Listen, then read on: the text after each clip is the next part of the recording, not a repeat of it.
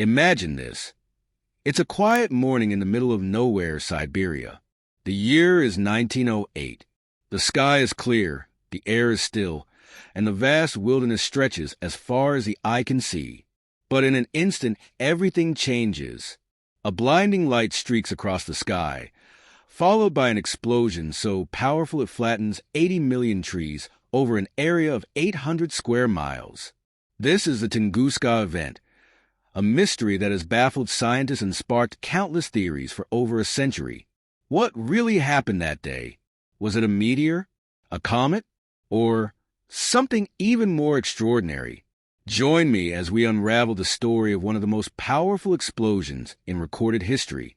Today, we'll explore the events of that fateful day, the scientific investigations that followed, and the wild theories that continue to capture our imagination.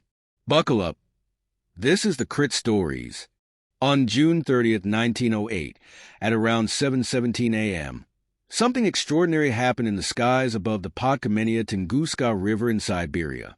Witnesses reported seeing a bright blue light, almost like a second sun, moving rapidly across the sky. Moments later, a massive explosion rocked the region. The blast was so powerful that it registered on seismic stations across Europe and Asia. The shock wave knocked people off their feet hundreds of miles away, and the sound was heard as far as 600 miles. One eyewitness, a farmer named Sergei Semenov, described the event like this: the sky split in two, and fire appeared high and wide over the forest. The heat was so intense, I thought my shirt was on fire. Another witness, a reindeer herder, was thrown into the air by the force of the blast. When he regained consciousness, he found his entire herd dead, their bodies scorched by the intense heat. The explosion flattened an estimated 80 million trees over an area of 800 square miles. But strangely, there was no crater. This absence of a crater would become one of the most puzzling aspects of the Tunguska Event.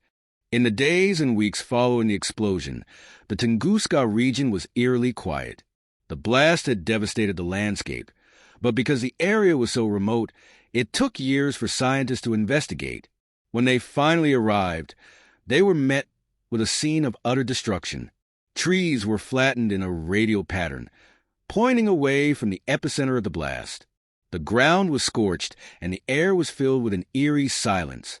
One of the first scientists to study the event was Leonid Kulik, a Russian mineralogist. In 1927, nearly 20 years after the explosion, Kulik led an expedition to the Tunguska region. What he found was both fascinating and baffling. There was no crater, no fragments of a meteorite, and no clear explanation for what had caused the explosion. Kulik's findings only deepened the mystery.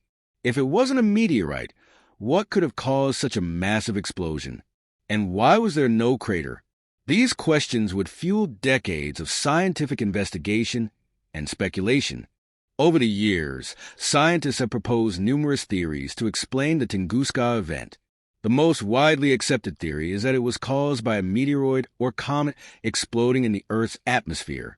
This type of explosion, known as an airburst, would explain the lack of a crater and the widespread destruction. According to this theory, the object would have been about 60 to 190 meters in diameter, traveling at a speed of 15 to 30 kilometers per second. As it entered the atmosphere, the intense heat and pressure caused it to explode about 5 to 10 kilometers above the ground. The resulting shockwave flattened the forest and caused a massive destruction. The energy released by the explosion is estimated to have been equivalent to 10 to 15 megatons of TNT, about 1,000 times more powerful than the atomic bomb dropped on Hiroshima. But despite the overwhelming evidence supporting the airburst theory, some questions remain unanswered. Of course, no mystery would be complete without its fair share of wild theories. Over the years, the Tunguska Event has been attributed to everything from black holes to UFOs. Let's take a look at some of the most intriguing and bizarre explanations. One theory suggests that the explosion was caused by a tiny black hole passing through the Earth. According to this idea, the black hole would have entered the atmosphere, caused the explosion, and then exited the other side of the planet. While this theory is certainly fascinating, there's no evidence to support it.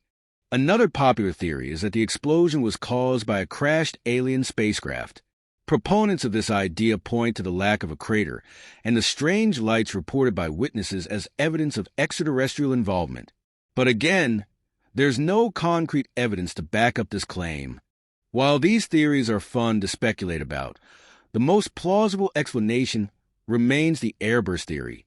However, the lack of a crater and the absence of meteorite fragments continue to puzzle scientists to this day. More than a century later, the Tunguska Event remains one of the greatest mysteries of the modern era. While scientists have made significant progress in understanding what happened, there are still many unanswered questions. What caused the explosion? Why was there no crater?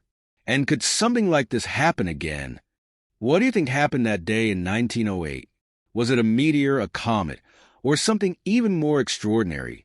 Let me know your thoughts in the comments below. And if you enjoyed this deep dive into the Tunguska Event, don't forget to subscribe, and hit the notification bell so you never miss a story.